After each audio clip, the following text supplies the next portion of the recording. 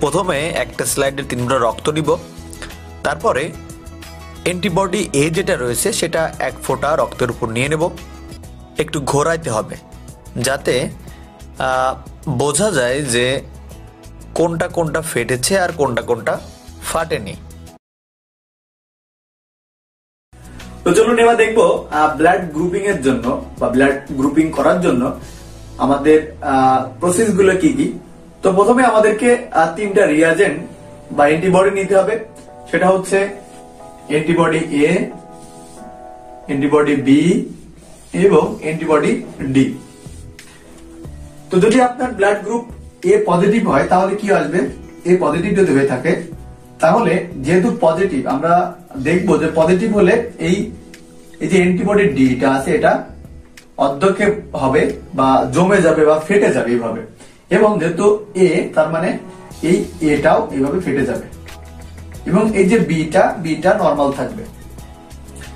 এবার যদি দেখি এ নেগেটিভ, যেহেতু নেগেটিভ তার মানে কি এই ডিটা নরমালি থাকবে, অর্থাৎ এখানে কোনো চেঞ্জ আসবে না, এবং যেহেতু এ তার মানে কি এটা এভাবে অর্ধক্ষেপ বা ফেটে যাবে এবং বিটাও নরমাল থাকবে।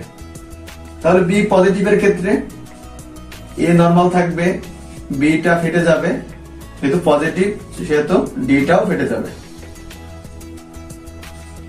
বি নেগেটিভের ক্ষেত্রে এ নরমাল থাকবে, যেহেতু বি নেগেটিভ বি ফেটে যাবে, যেহেতু নেগেটিভ সেহেতু ডি নরমাল থাকবে। এ বি এর ক্ষেত্রে, এ বি পজিটিভের ক্ষেত্রে যেহেতু এ বি পজিটিভ তার মানে হচ্ছে এটা ফাটবে, বিটা ফাটবে, এবং পজিটিভ যেহেতু তাহলে ডিটাও ফাটবে। আর এ বি নেগেটিভের ক্ষেত্রে এখানে যেহেতু এ বি তার মানে এটা ফাটবে, বিটা ফাটবে, যেহেতু নেগেটিভ তার মানে ডিটা ফাটবে না।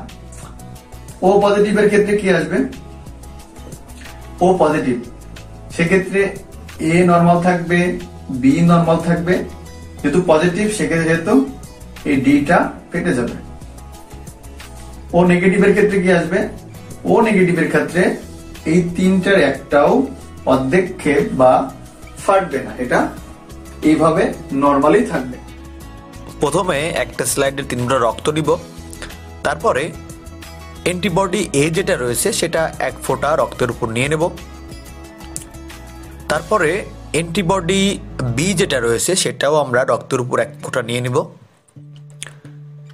এবং তারপরে রয়েছে অ্যান্টিবডি ডি, সেটাও আমরা রক্তের উপর 1 ফোঁটা নিয়ে নেব।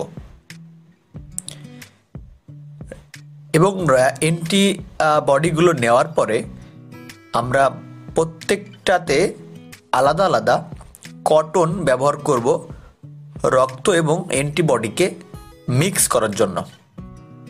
এভাবে আমরা 3টাকেই সুন্দরভাবে মিক্সড করব,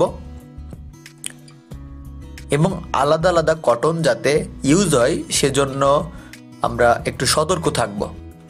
কটন বা ল্যান্সেট দিয়ে রক্তটাকে মিক্সড করার পরে আমাদেরকে অবশ্যই ওই স্লাইডটাকে ধরে একটু উঁচু করে একটু ঘোরাইতে হবে যাতে বোঝা যায় যে কোনটা কোনটা ফেটেছে আর কোনটা কোনটা ফাটেনি।